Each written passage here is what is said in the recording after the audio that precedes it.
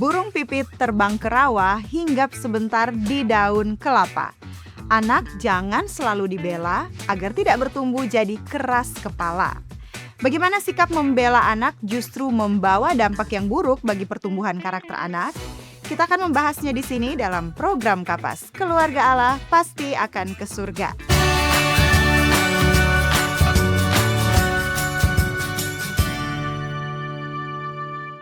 Pernahkah kita mendengar ada orang tua yang mengatakan, anak saya tidak mungkin berbuat begitu, pasti gurunya yang salah. Teman-temannya yang mempengaruhi atau enggak apa-apa dong, kan anak saya masih kecil. Pertanyaannya adalah, bagaimana bila ternyata anak kita memang melakukan kesalahan? Apakah kasih berarti selalu membela? Banyak orang tua menganggap bahwa membela anak adalah bentuk kasih yang paling besar dan memang orang tua dipanggil untuk melindungi dan membela anak ketika mereka diperlakukan tidak adil. Namun jika orang tua selalu membela anak, bahkan ketika anak jelas melakukan kesalahan, maka kasih dapat berubah menjadi sesuatu yang merusak karakter anak. Banyak anak yang tumbuh menjadi pribadi sulit menerima kritik, tidak bertanggung jawab, bahkan jauh dari Tuhan, bukan karena kurang dikasihi, tetapi karena sejak kecil selalu dibela meskipun mereka bersalah. Berikut adalah contoh-contoh sikap membela anak yang bisa membawa dampak buruk bagi pertumbuhan karakternya. Pertama, saat guru melaporkan bahwa anak telah melakukan pelanggaran tata tertib sekolah, orang tua merespon dengan emosi dan tanpa mencari fakta langsung menyalahkan guru. Akibatnya, anak belajar bahwa tidak perlu mengaku salah karena pasti orang tua akan bela. Contoh lainnya, saat anak memukul temannya, orang tua berkata, "Oh, anak saya memukul karena dipukul lebih dulu." Maka anak menganggap tindakannya itu wajar karena dibela orang tua. Kemudian saat anak tidak sopan terhadap orang yang lebih tua, orang tua akan berkata, "Ya, namanya juga anak-anak." Padahal anak harus ditegur dan dididik untuk bersikap sopan dan hormat terhadap orang yang lebih tua. Selanjutnya ketika anak ditegur oleh pelayan gereja karena berlari, ribut, anak berlari atau mengganggu orang lain saat ibadah, orang tua justru marah kepada pelayan gereja. Akhirnya anak belajar bahwa dirinya tidak pernah salah. Pertanyaannya sekarang adalah kapan perlu dan kapan tidak perlu membela anak? Orang tua perlu membela anak ketika anak menjadi korban ketidakadilan, misalnya dibully, difitnah, diperlakukan tidak adil, menerima kekerasan fisik dan verbal dari orang lain atau dilecehkan. Dalam kondisi ini orang tua wajib hadir, membela dan melindungi. Tetapi ketika anak memang melakukan kesalahan seperti berbohong atau mengucapkan kata-kata kotor, mencuri, menyontek, menghina atau membuli orang lain, melawan guru dan memukul teman, saat itulah anak tidak boleh dibela.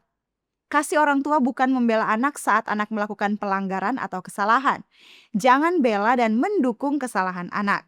Lindungi harga dirinya, tetapi jangan melindungi pelanggarannya. Itulah sebabnya orang tua perlu berhati-hati juga dalam membela anak. Karena yang pertama tujuan orang tua bukan sekadar membahagiakan anak, tetapi juga membentuk karakternya.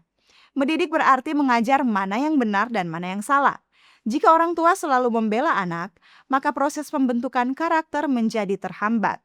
Dr. James Dobson, pendiri Focus on the Family, pernah berkata, salah satu hadiah terbesar yang dapat diberikan orang tua kepada anak-anaknya adalah kesediaan untuk meminta mereka bertanggung jawab atas perbuatannya. Artinya, kasih sejati bukan melindungi anak dari setiap konsekuensi, tetapi menolong mereka belajar untuk bertanggung jawab. Yang kedua, kebiasaan selalu dibela membentuk mentalitas korban atau victim mentality. Anak yang selalu dibela akan sulit mengakui kesalahan. Ia cenderung berpikir bahwa kesalahan selalu berasal dari orang lain. Akibatnya, ketika dewasa ia akan mudah mencari pembenaran atas kesalahannya sendiri dan mulai menyalahkan orang lain atas tindakannya. Akar masalahnya adalah karena bertumbuh dengan selalu dibela, ia tidak pernah belajar berkata, "Saya salah." Yang ketiga, anak tidak akan belajar menghadapi konsekuensi. Dalam kehidupan nyata, setiap tindakan memiliki konsekuensi. Jika sejak kecil orang tua selalu menyelamatkan anak dari akibat perbuatannya, maka anak akan tumbuh dengan harapan bahwa selalu ada orang yang akan membereskan masalahnya. Yang keempat, anak akan sulit menerima koreksi. Orang yang selalu dibela akan merasa dirinya selalu benar. Akibatnya bertumbuh menjadi pribadi yang mudah tersinggung, anti kritik, keras kepala, egois, dan sulit bersosial. Yang kelima, pertumbuhan karakter anak itu lebih penting daripada reputasi sementara. Kadang orang tua membela anak karena malu jika anaknya dianggap nakal. Mengajarkan anak untuk mengakui kesalahan dan bertanggung jawab bukanlah untuk mempermalukan anak, justru pendidikan moral dan disiplin yang terpuji. Yang keenam, anak perlu belajar pertobatan. Pertobatan hanya mungkin terjadi ketika seseorang mengakui dosanya.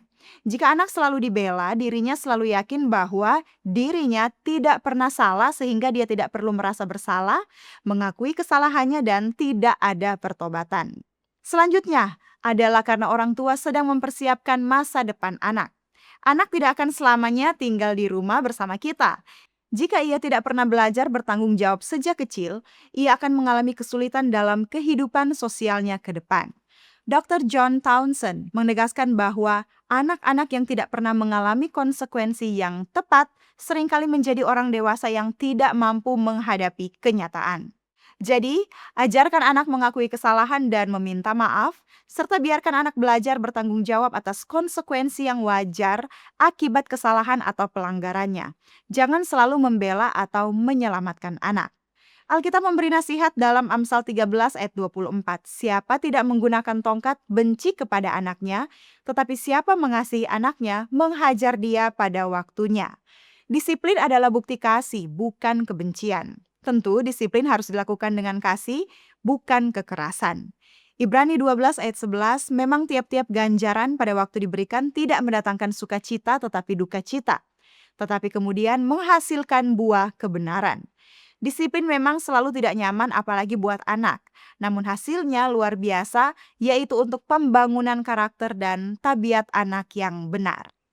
Sebagai kesimpulan, mengetahui bahaya terlalu sering membela anak itu sangat penting karena orang tua pada dasarnya sedang membentuk karakter yang akan dibawa anak seumur hidup. Membela anak ketika ia menjadi korban adalah tindakan kasih dan tanggung jawab. Namun membela anak ketika ia bersalah justru menghambat pertumbuhan moral dan rohaninya. Prinsip yang perlu dipegang oleh setiap orang tua Kristen adalah kasihi anak tanpa syarat, tetapi jangan membenarkan dosanya. Lindungi anak dari ketidakadilan, tetapi jangan lindungi ia dari konsekuensi yang mendidik. Ajarkan pengakuan, pertobatan, dan tanggung jawab karena karakter yang dibentuk hari ini akan menentukan masa depan anak, baik dalam keluarga, masyarakat, maupun di hadapan Tuhan. Child Guidance halaman 223 mengatakan bahwa kasih harus dinyatakan bukan melalui pemanjaan yang buta, melainkan melalui disiplin yang bijaksana dan setia. Demikianlah pembahasan kita kali ini, dan bila sahabat Kapas merasa diberkati, jangan lupa untuk like dan komen serta bagikan tayangan ini supaya semakin banyak orang lagi yang diberkati. Tuhan Yesus memberkati. Salam Kapas.